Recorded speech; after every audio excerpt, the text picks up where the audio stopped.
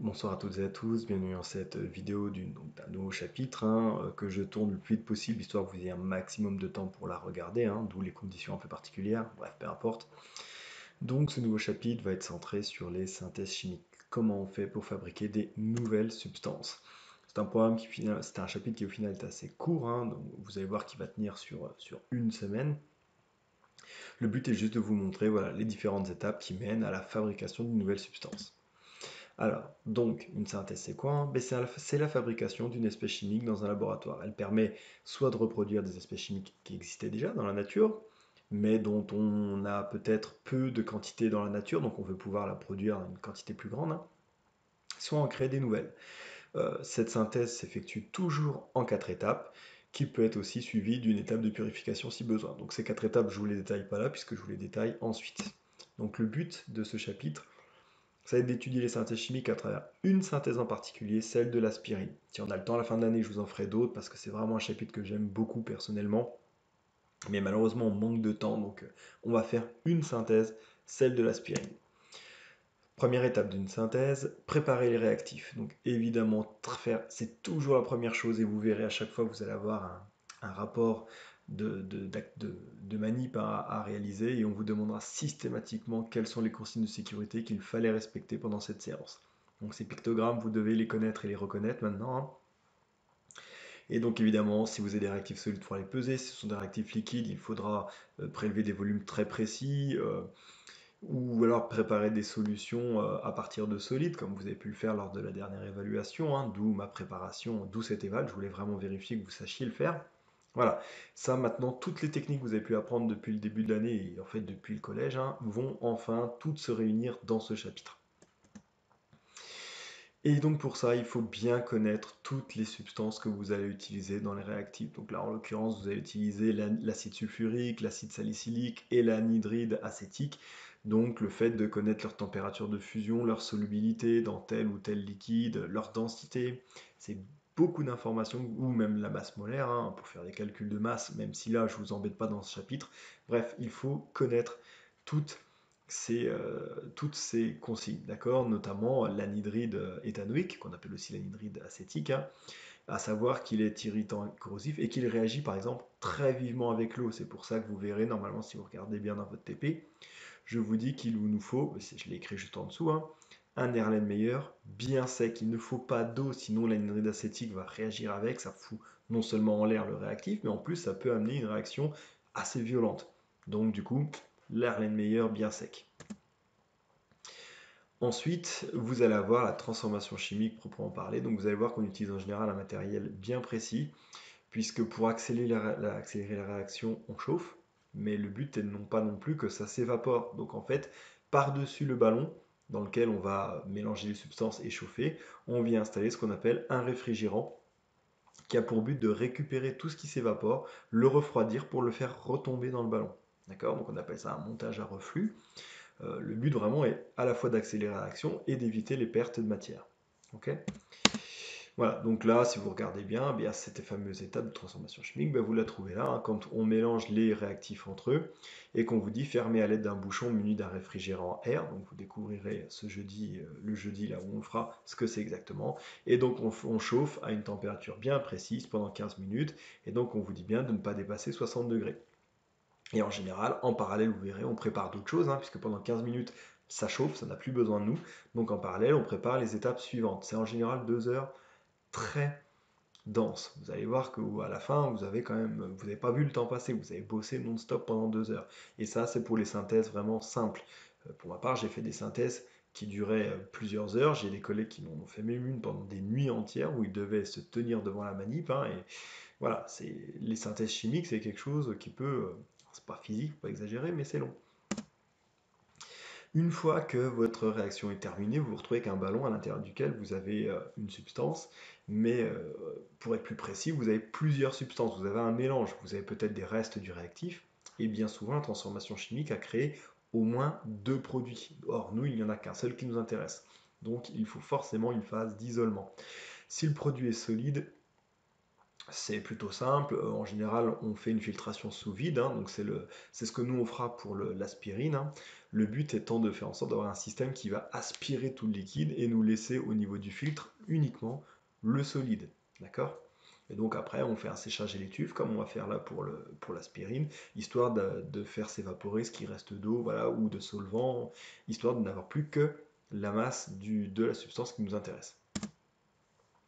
Et si le produit est liquide, eh bien vous connaissez maintenant, vous l'avez fait dans le dernier chapitre, hein, il s'agit de les séparer avec une ampoule à décanter. En général, en exploitant la différence de solubilité, hein, en général, on fait en sorte toujours que la substance, une des deux substances qui reste, est plus soluble avec un autre solvant. Donc on va rajouter cet autre solvant, et comme ça, les substances vont se séparer, et on peut donc récupérer celle qui nous intéresse, nous. Et après, avec une autre technique, ben, on fera s'évaporer le solvant, et on se retrouve plus qu'avec notre substance pure. D'accord?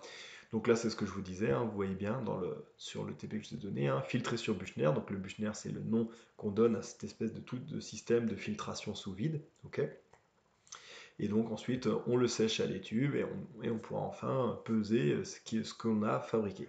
D'accord? Ensuite vient l'étape d'analyse. Là, il y a tout un tas de types d'analyses différentes qui vont nous permettre de vérifier si oui ou non on a bien réussi à fabriquer la substance qu'on cherche. D'accord? On ne peut pas faire confiance aveuglément en ce qu'on a fait.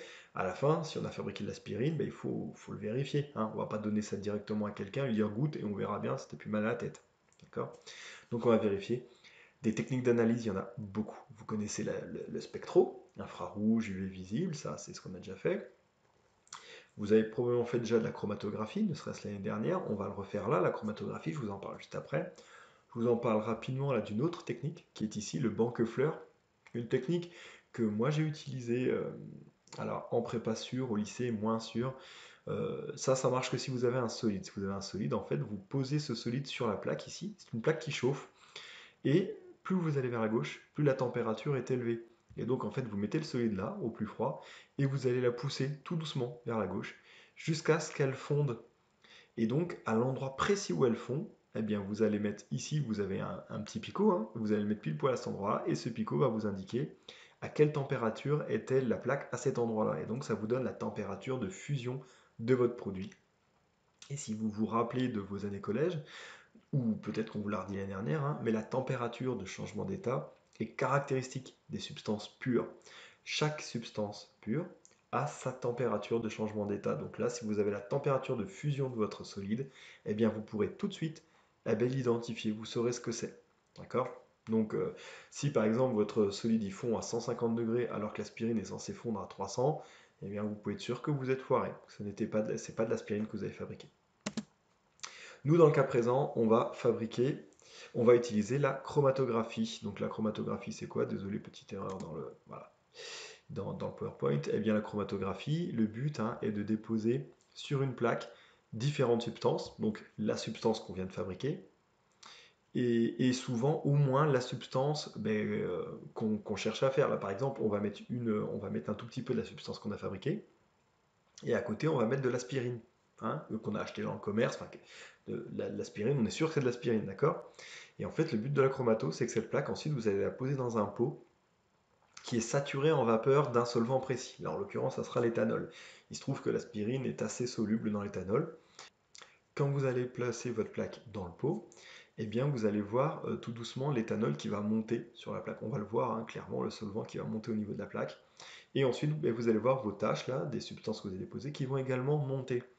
Et il se trouve que si ça n'est pas une substance pure que vous avez synthétisée, déjà vous allez voir apparaître plusieurs taches. Donc déjà, au moins ça vous dira, peut-être que tu as de l'aspirine, mais ton échantillon il n'est pas pur, attention. Et si jamais il vous reste une tache, eh bien vous allez pouvoir comparer jusque où monte cette tache par rapport à l'autre substance, par exemple l'aspirine commerciale.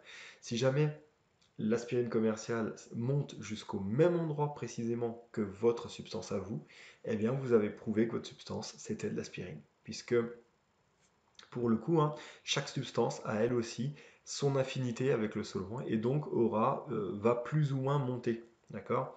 Donc après, vous pouvez calculer un ratio, bon, ça je vous montrerai, mais en tout cas, vous pourrez vérifier, comparer la tâche formée par l'aspirine commerciale avec la tâche formée par votre échantillon à vous, d'accord? Et ça vous dira si oui ou non vous avez de l'aspirine, et si oui ou non elle est pure. Et si elle ne l'est pas, eh bien il va falloir lancer une étape de purification.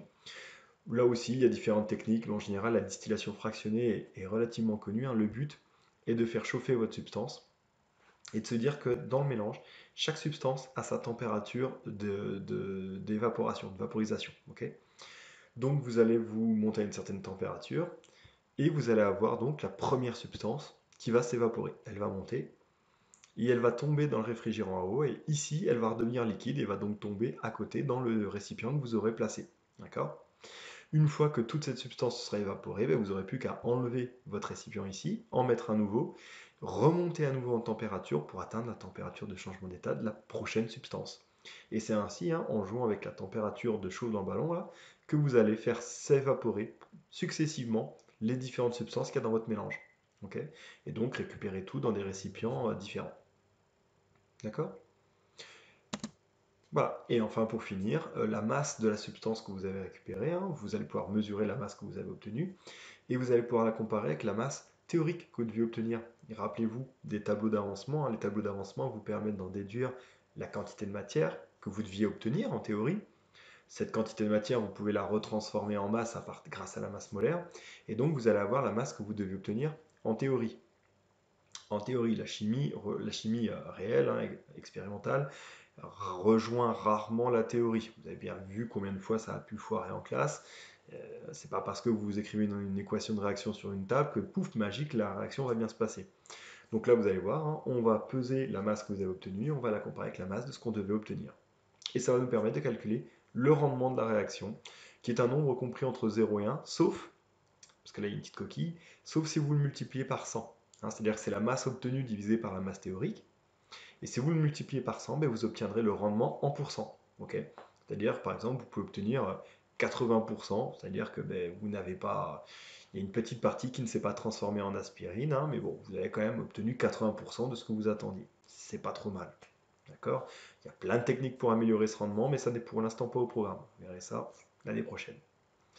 Voilà, c'est tout. Rien de méchant pour ce chapitre, mais je voulais vraiment vous montrer, histoire que vous sachiez à quoi vous attendre à la rentrée.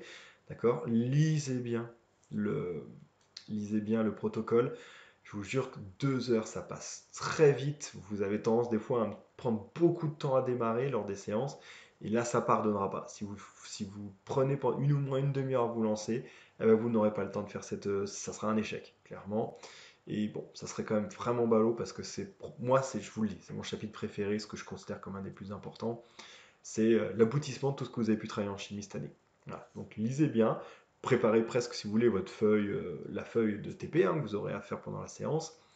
Et voilà, moi je vous dis bonnes vacances, hein, quand même, et puis dans 2 semaines.